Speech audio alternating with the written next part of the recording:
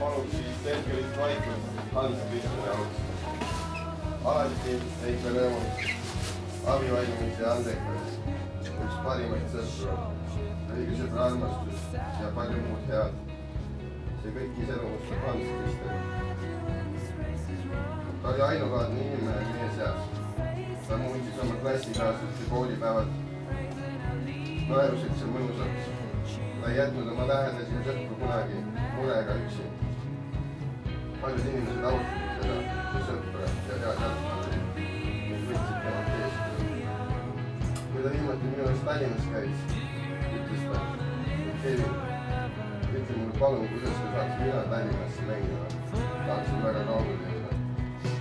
Ometi jäi tema kõik pooleli ja elamata unistused ellu parimad mängud mängimata.